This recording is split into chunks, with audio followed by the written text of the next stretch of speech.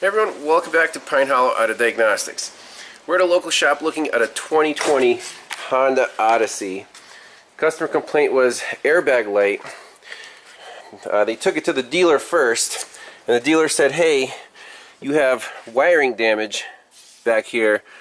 We have to replace your entire wiring harness for $7,000.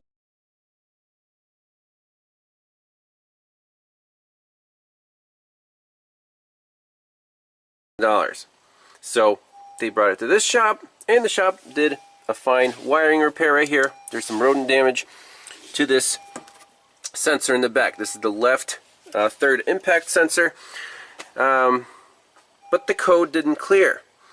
Then they swapped sensors. Apparently they're all the same. This first sensor up here, there's a second sensor somewhere in this area and a third one back there. They said the code moved, so they replaced this sensor with an OEM. This is the original. I guess they're all the same. And we still have this code, so they threw in the towel, called me up. So let's see what's going on with these impact sensors. Alright, so first thing I want to do is kind of restore the car back to where it was before with the code just for the third sensor. Let's take a look at the wiring diagrams, how these things are wired in. You can see this one has 4 wires coming to it, but in the back there are only 2 wires. You know, how are these sensors interchangeable? There's a 4-pin connector, but there's only 2 wires at the back. So looking at the wiring diagram, this is making a little more sense.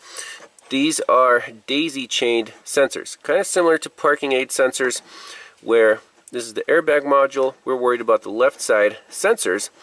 So the first sensor has 4 wires. There's 2 wires coming in from the airbag unit. Then there's 2 more wires that go to the second sensor.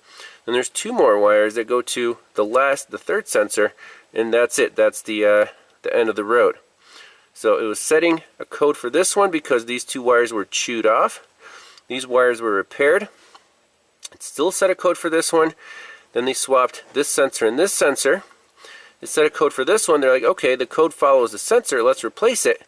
They replaced it, and the code is still for this first sensor. So, very interesting scenario. My first question is, how does the car know which sensor is which? Alright, let's shut this thing off. Got a battery maintainer on it. What I want to do is unplug the sensor right here, and then see if it sets all 3 codes. Alright, so impact sensor is unplugged. Let's turn the key back on.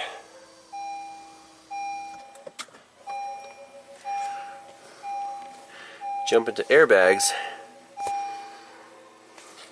Okay. Read fault code. Same exact code. No signal from left side impact sensor first. So I think if the signal can't pass through this one, it'll just set a code for number 1, because the rest of the sensors are basically disconnected. Right? We can clear fault code. Okay? Yep. Okay. Read fault code. No fault codes. Airbag light's still on. Let's do another key cycle.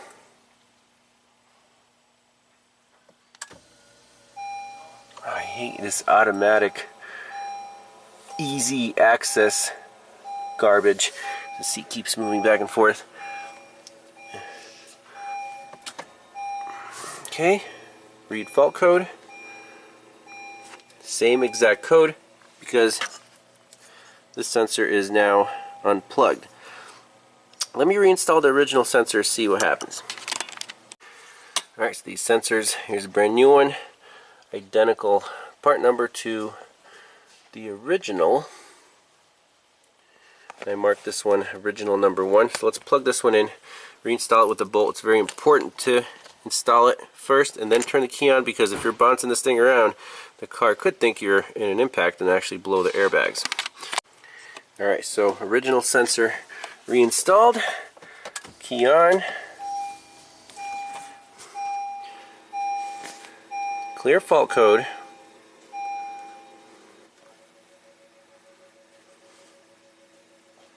No trouble codes. So let's cycle the key.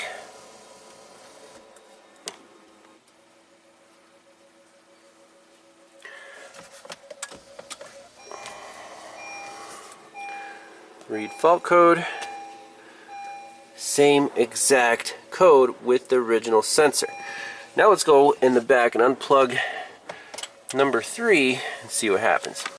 Aha! No signal from the left side impact sensor. Third, check it out. So this one's plugged in, everything's good.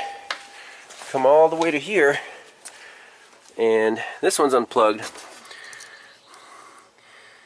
So now I'm wondering if they soldered the wires. They said the mouse chewed them kind of at an angle. They're the same color. What if they flipped them? So easy enough to do. We could run jumpers from the pins here to the sensor and just swap them, see if that code disappears. Alright, so I got these adapters on here on the middle pins. The yellow one is the one that's further away from the wall, and with the connectors like this, we want it closer to the wall. So we're just swapping the 2 wires around just to test. Let's see if it sets the code. Alright, here we go. Airbag light is out. Read fault code.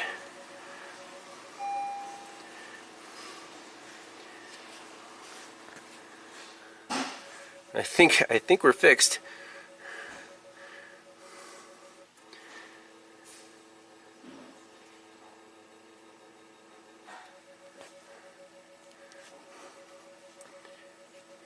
What is going on with my TOPDON here?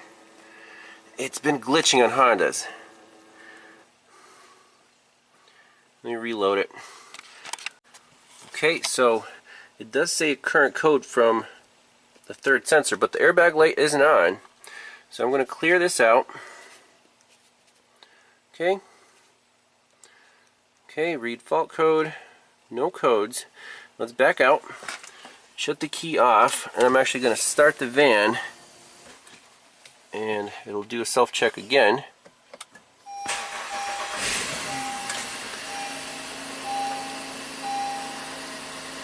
No airbag light. Let's jump back into SRS. Read fault code. No codes. We're done. So the technician soldered the wires incorrectly because they were the same color and chewed at approximately the same spot. Then that set a code for the number 1 sensor, so they went on a goose chase. That's it. Problem solved. No parts required. We just need to resolder the wires correctly. Let's do that with a TS100 soldering iron. Alright, here we go with the TS100. So I marked 1 wire with black stripes, and then on the opposite side, the one we're going to solder it to with black stripes, so don't get confused again. And we just need to slide some shrink wrap once we desolder these wires, and then redo it. Should be back in business. Let's see here. Nice and perfect.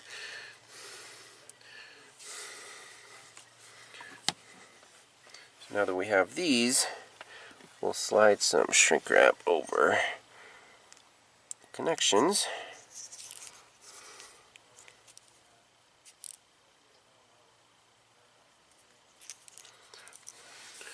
Now we don't want to cross these again, so let me just remelt the solder in here.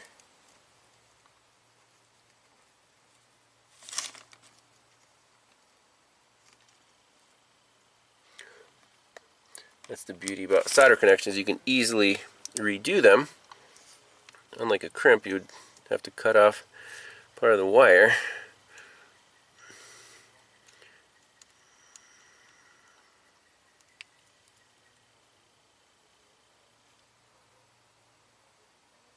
Hold it, hold it, hold it. Okay. Slide our shrink wrap on there. We'll just toast it on. This thing should be all set.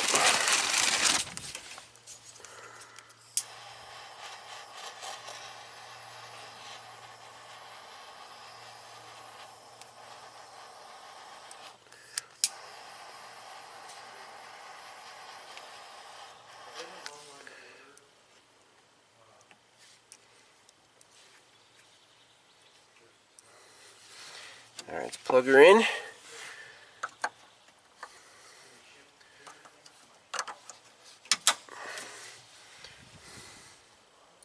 Make sure the code stays off. Final verification of repair. Start it up.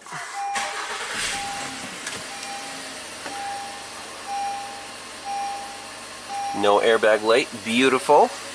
And just to make sure, we'll come in here, read fault code, no codes, done, guaranteed, diagnosed, and repaired, no parts required.